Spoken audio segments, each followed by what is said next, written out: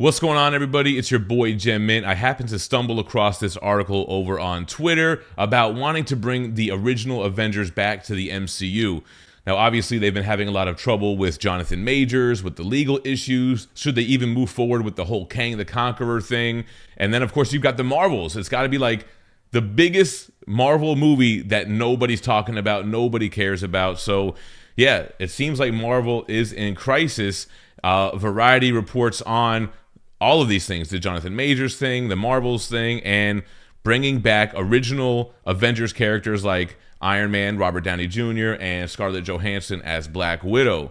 So this past September, a group of Marvel creatives, including studio chief Kevin Feige, assembled in Palm Springs for the studio's annual retreat. Most years, the vibe would have been confident, even cocky, given how the premier superhero brand owned by Disney since 2009, which ended up being a huge mistake. I was one of those that championed for it at the time. Like, yeah, put the machine behind it. Let's get this thing cranking. Who would have known the negative influence they would have had? Has remade the entertainment business in its image. But this occasion was angst-ridden. Everyone at Marvel was reeling from a series of disappointments on screen, a legal scandal involving one of his biggest stars, and questions about the viability of the studio's ambitious strategy to extend the brand beyond movies into streaming. The most pressing issue to be discussed at the retreat was what to do about Jonathan Majors, the actor who had been poised to carry the next phase of the Marvel Cinematic Universe, but instead is headed into a high-profile trial in New York later this month on domestic violence charges. The actor insists that he is the victim, which we should, man, innocent until proven guilty. But the damage to his reputation and the chance he could lose the case has forced Marvel to reconsider its plans to center the next phase of its interlocking slate of sequels, spin-offs, and series around Major's villainous character, Kang the Conqueror. Now, what's crazy about the Kang thing was when we first got teased Thanos at the end of Avengers, it didn't even matter who the actor was. And they changed the actor, and then we ended up getting Josh Brolin. I drew a blank there. But it didn't really matter that it was Josh Brolin, if you know what I'm saying. Like, all that mattered was that it was Thanos. Like, I think it was too much hinged on Jonathan Majors. They put too much emphasis on the actor when it should have been more of the character that was being discussed or anticipated or whatever. So that was kind of a mistake in my eyes. Although Josh Brolin, he could have messed it up once he was already cast as the role in Guardians. He could have had some craziness happen to him or whatever. At the gathering in Palm Springs, executives discussed backup plans, including pivoting to another comic book adversary like Doctor Doom. First of all, Kang the Conqueror should have never been the big bad. You should have gone with the Galactus threat as far as the cosmic, and Doctor Doom as the kind of street level, if you will. Even though Doom will eventually be God Doom, and I'm sure they'll do Secret Wars. But making any shift would carry its own headaches. Majors was already a big presence in the MCU. Was he? As the scene-stealing antagonist in February's Ant-Man and the Wasp Quantumania. I didn't even remember he was in Quantumania. I kept thinking they were just referring to the Loki one-season finale. And he's been positioned as the franchise's next big thing in this season of Loki, particularly in the finale, which airs on November 9th and sets Kang up as the titular star of the fourth Avengers film in 2026, the Kang Dynasty, which I don't think we're going to get that movie, man. Look at this. Marvel is truly fucked with the whole Kang angle, says one top deal maker who has seen the final Loki episode, and they haven't had an opportunity to rewrite until very recently because of the Writers Guild of America strike. But I don't see a path on how they move forward with him. Beyond the bad press for Majors, the brain trust at Marvel is also grappling with the November release of The Marvels, the movie that nobody asked for, nobody cares about, as a sequel to the 2019 blockbuster Captain Marvel. Was it really a blockbuster? That had been plagued with lengthy reshoots and now appears likely to underwhelm at the box office. Yeah, I just saw something where the Marvel sequel has been in production ever since the movie came out. So from 2019 to 2023, with writers and actors strikes, changing the movie from Captain Marvel 2 to now The Marvels and incorporating Monica Rambeau, and Miss Marvel. This is all an unprecedented turn of fortune for a company that has enjoyed a nearly uninterrupted string of hits ever since it started independently producing its movies with 2008's Iron Man. That wildly profitable run culminated in the $2.8 billion success of 2019's Avengers Endgame, a high water mark for the studio that has earned nearly $30 billion over 32 films. They should have pivoted after Endgame. Everything has been downhill since Endgame. One can argue that Endgame was the start of it. I think Infinity War was the peak. And then Endgame, we got the time travel, which led into the multiverse and just excuses for bad writing. Replicating that kind of phenomenon is never easy. However, the source of Marvel's current troubles can be traced back to 2020. That's when the COVID pandemic ushered in a mandate to help boost Disney's stock price with an endless torrent of interconnected Marvel content for the studio's fledgling streaming platform, Disney+. According to the plan, there would never be a lapse in superhero fare, with either a film in theaters or a new television series streaming at any given moment. But the ensuing tsunami of spandex proved to be too much of a good thing. No, I disagree. See, they're trying to blame it on superhero fatigue when really we just got shitty shows. Shows that did not resonate with hardcore fans. All this trying to capture a new audience, but you had billions and billions of dollars to prove that the existing audience was good enough. And the demands of churning out so much programming taxed the Marvel apparatus. Moreover, the need to tease out an interwoven storyline over so many disparate shows, this writer is too smart for me, movies and platforms created a muddled narrative that baffled viewers. Again, that didn't happen. This didn't happen. What happened was Loki was underwhelming, right? Which was arguably the best show. People didn't gravitate towards WandaVision. The first 2 or 3 episodes kind of left a bad taste in people's mouth. Then what did we get? She-Hulk, Miss Marvel, Secret Invasion. It wasn't that it was a muddled narrative. It's just that people didn't like these shows. The Marvel machine was pumping out a lot of content. Did it get to the point where there was just too much and they were burning people out on superheroes? It's possible, says Wall Street analyst Eric Handler, who covers Disney. The more you do, the tougher it is to maintain quality. So that could be true. Maybe the quality suffered because of how much was going on. We know the VFX artists were taxed and worked beyond their abilities. But the writers, I don't know, man. They tried experimenting with breaking in some new characters like Shang-Chi and Eternals with mixed results. With budgets as big as these, you need home runs. Yeah, that's the real answer right there. After Endgame, they experimented with all these lesser-known properties because it worked for Guardians of the Galaxy, but with Eternals and Shang-Chi, it did not work the same as with Guardians. The Marvels, which opens in theaters on November 10th, will struggle to get the ball past the infield. Yeah, talk about home runs, man. Are they going to hit the ball? They need to make like $450 million to turn a profit. At least by Marvel's outsized standards, the movie, which cost $250 million to make and sees Brie Larson reprising her role as Captain Marvel, is tracking to open to $75 to $80 million. Far below the $185 million Doctor Strange and the Multiverse of Madness took in domestically in its debut weekend last year, which I feel like a lot more people were hyped for Multiverse of Madness compared to the Marvels. Man, this might be a generous estimate. Directed by Nia DaCosta, The Marvels unites Larson's heroine with 2 superpowered allies, Tanoia Paris' Monica Rambeau, introduced in the 2021 Disney Plus series WandaVision, and Iman Vellani's Kamala Khan, first seen in the 2022 series Miss Marvel. Now, what I did find interesting about Monica Rambeau and Miss Marvel being in this feature film is like, this is the first time we're getting TV show characters up on the big screen. A lot of times you'll have big screen characters as cameos in these shows, but rarely do we see them homegrown on TV and then uplifted into the movies. But I just don't know they really chose the right characters to do that with. But instead of seamlessly building on the success of Captain Marvel, the movie resulted in 4 weeks of reshoots to bring coherence to a tangled storyline. Yeah, what is the storyline? It was supposed to be a Freaky Friday, when you use the powers, they get the powers kind of thing.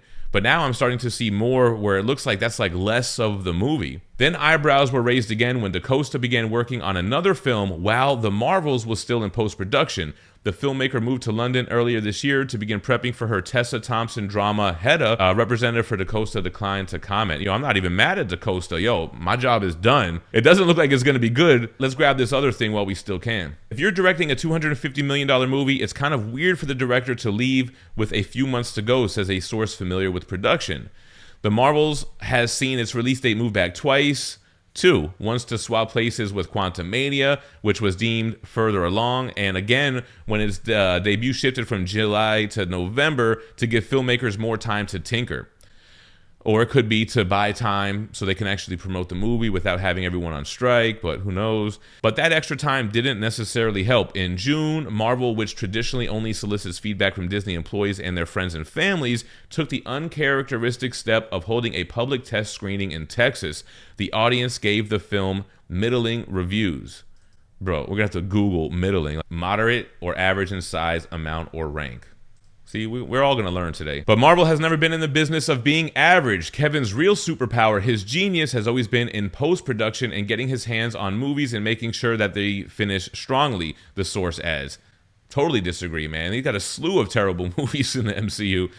And I'm not even talking about Miss Marvel or the Marvels. I mean, Thor: The Dark World, Iron Man 3... Again, all the experimental films, Shang-Chi, Eternals, they didn't land. And then let's not talk about the shows. Jeez Louise. These days, he's spread thin. Feige declined to comment for this story. Feige isn't the only person showing signs of strain. Marvel's entire VFX battalion, including staffers and vendors, is struggling to keep pace with the never-ending stream of productions. Yeah, that's what I just mentioned before. This past February, when the credits rolled at the world premiere of Quantumania, shock rippled through the Regency Village Theater in Westwood over some shoddy CGI. That shit was looking like Lava Boy and Shark Girl for real. And the MODOK shit... There were at least 10 scenes where the visual effects had been added at the last minute and were out of focus, says one veteran power broker who was there. It was insane. I've never seen something like it in my entire career. Everyone was talking about it. Even the kids of executives were talking about it. It's like, how do you justify these $250 million budgets and then you have crappy CGI? Where's the money going? The schedule swap with the Marvels had left the Ant-Man sequel in a squeeze, pushing up its post-production schedule by 4.5 months.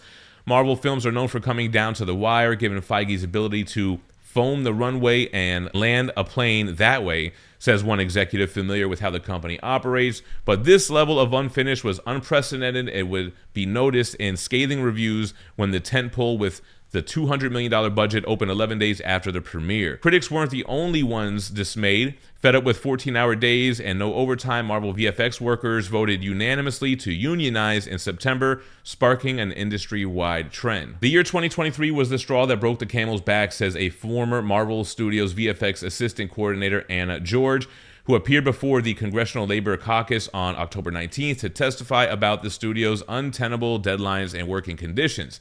The pay and long hours at Marvel were the reason why we had to start our unionization process there. The conditions were completely unsustainable. Disney top brass, including the newly returned CEO Bob Iger, who was said to be... Come on, y'all. He was pissed. About Marvel's VFX troubles. 1 month after the Quantumania premiere debacle, the guillotine fell on Victoria Alonso, who oversaw the studio's physical production, post-production, VFX, and animation. While the reason cited for her abrupt firing was her unauthorized role as an executive producer on the Oscar-nominated film Argentina in 1985, insiders say Disney was incensed that quality control on its Marvel productions was plummeting, particularly on the ever-expanding TV front. The VFX logjam had been evident for some time, with the final effects for such Disney Plus series as WandaVision and She-Hulk Attorney at Law inserted after their streaming debuts. That Alonso was busy promoting her art house project while Rome burned certainly didn't sit well with Disney's leadership. Alonso's attorneys say her client is unavailable to comment. So kind of like the same thing with the current director for the Marvels, right? But some internal sources suggest Alonso was a scapegoat and the point to the She-Hulk VFX issues as a symptom of deeper rot, namely a lack of oversight on script development. In the original arc of She-Hulk, a flashback of star Tatiana Maslany's transformation into her whole character didn't take place until episode 8, the penultimate episode. But after Marvel's Brain Trust watched footage, it realized the scene needed to happen in the pilot episode so that audience could see more of the character's backstory early. That meant that the VFX team was tasked with fixing the mess in post-production. The so-called bad VFX we see was because of half-baked scripts, says one person involved with She-Hulk.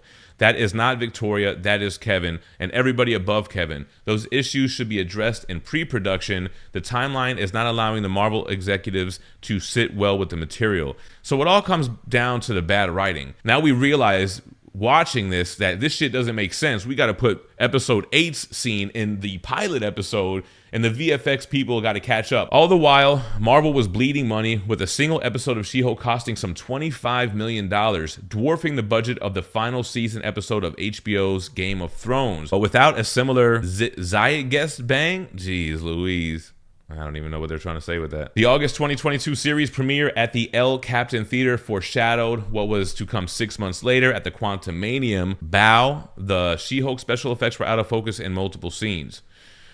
There are signs that the flood is a product of leading people to tune out. I'm not prepared to call it a permanent fall, but based on the numbers that go with Marvel podcasts, Marvel-based articles, friends who do Marvel-based video coverage, all of these numbers are significantly down, says Joanna Robinson, co-author of the New York Times bestseller MCU, The Reign of Marvel Studios, who is a writer and podcaster at The Ringer. I definitely need to check out that book, man. I've been seeing a lot of excerpts from that over on Twitter, or X. The quality is suffering. In 2019, at the peak, if you put Marvel Studios in front of something, people were like, oh, that brand means quality. That association is no longer the case because there have been so many projects that felt half-baked and undercooked. 100% correct. As public criticism mounts, Feige is pulling the plug on scripts and projects that aren't working. That's a good idea. Case in point, the Blade reboot. With Mahershala Ali signed on for the eponymous role of a vampire, things looked promising for a 2023 release date, but the project has gone through at least 5 writers, 2 directors, and 1 shutdown 6 weeks before production. So here's my thing. I feel like Blade would have been a stronger movie than the Marvels, been stronger than a TV show like She-Hulk or WandaVision or any of those. It's weird to me that Blade is not working. One person familiar with the script permutation says the story at one point morphed into a narrative led by women and filled with life lessons. Blade was regulated to the 4th lead, a bizarre idea considering the studio had 2-time Oscar winner Ali on board. Yeah. So the direction they were going obviously was not the right direction. Amid reports that Ali was ready to exit over script issues, Feige went back to the drawing board and hired Michael Green, the Oscar-nominated writer of Logan, to start anew. Speculation around town is that the studio is looking to make the film, now slated for 2025, on a budget of less than $100 million, a deviation from Marvel's big spendy strategy. With Iger publicly acknowledging the downside of Marvel TV glut that had diluted focus and attention, the keepers of the comic book empire are considering some dramatic moves. Sources say there have been talks to bring back the original gang for the Avengers movie. So this is what we were talking about in the beginning. This would include Robert Downey Jr., Scarlett Johansson, both of whom were killed off in Endgame. That shouldn't be a stumbling block. In comic books, beloved characters are often killed off, only to be resurrected thanks to the power of things like the multiverse. But the studio hasn't committed to the idea yet. If it were able to bring those actors back, it wouldn't come cheap. Sources say Downey Jr.'s upfront salary for Iron Man was around $25 million for Iron Man 3. And we're in a whole new day and age from Iron Man 3. But here's the thing. Is that the answer? Robert Downey Jr. coming back as Iron Man, Scarlett Johansson, it feels cheap. It's very obvious on what they would be trying to do with that. And I don't think that would really resonate with audiences. Will that solve Marvel's Majors problem? They got a major problem with Jonathan Majors. When the Quantumanium actor was arrested in March, Disney executives insisted that they could afford to play a wait-and-see game, given that Avengers Kang Dynasty wasn't expected to shoot until early 2024. But then Majors was dropped in quick succession by his publicists and managers. Yeah, that wasn't a good look, man. They kind of threw him all the way under the bus. He remains a client at WME. This is the agency where he landed after CAA parted ways with him pre-arrest for his brutal conduct towards staff, says one source. So he also had brutal contact towards staff at the management companies. CAA declined to comment. In April, other alleged domestic violence victims of Majors began cooperating with the Manhattan District Attorney's Office, the DA. Then, ahead of a key hearing in October, media outlets, including Variety, who's wrote this letter, obtained a court filing that referenced a police incident in London involving Majors that led his ex-girlfriend to seek medical attention. Making matters even stickier, the ex-girlfriend also worked on Quantumanium as a movement coach, and the London incident took place while Majors was shooting season 2 of Loki. On October 25th, a New York judge denied Majors' motion to dismiss the case, which ensures that the actor will stand trial in late November. His legal team is attempting to keep some material in the case sealed. I heard recently that his accuser was recently arrested, which was a good thing for him, I guess. None of this is a good thing for him. A studio source notes that regardless of the actor's legal issues, Marvel had already considered moving away from a majors-led phase because of the box office performance of Quantumanium, which will struggle to make a profit. It gave people pause, given that Quantumanium didn't exactly land, the source says. On October 27th, Disney removed another majors film, Searchlight's Magazine Dreams, from its release calendar. He's getting screwed, man. I kind of believe them because I felt like there was some hope with the season finale of Loki season 1. It was like, okay, Jonathan Majors had a scene-stealing performance, even though they gave him like 30 minutes of dialogue in the hour-long finale. But yeah, I don't think it landed with Quantumanium. They had some good scenes, like scenes recreated from the comics where you saw the Council of Kangs, but yeah, Kang was never a huge threat in the comics. So why would that be the next big bad for the MCU? That doesn't make any sense whatsoever.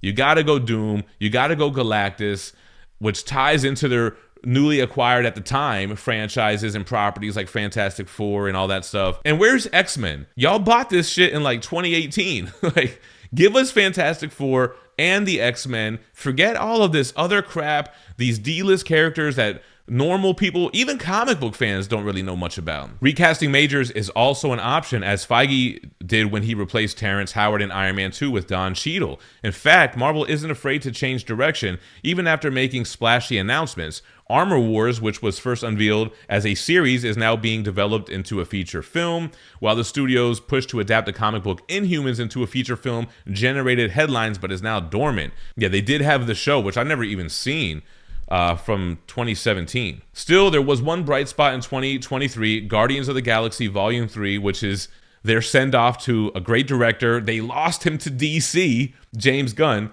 which became Marvel's biggest draw of the year with $845 million worldwide. The fact that it was directed by James Gunn, oh yeah, exactly.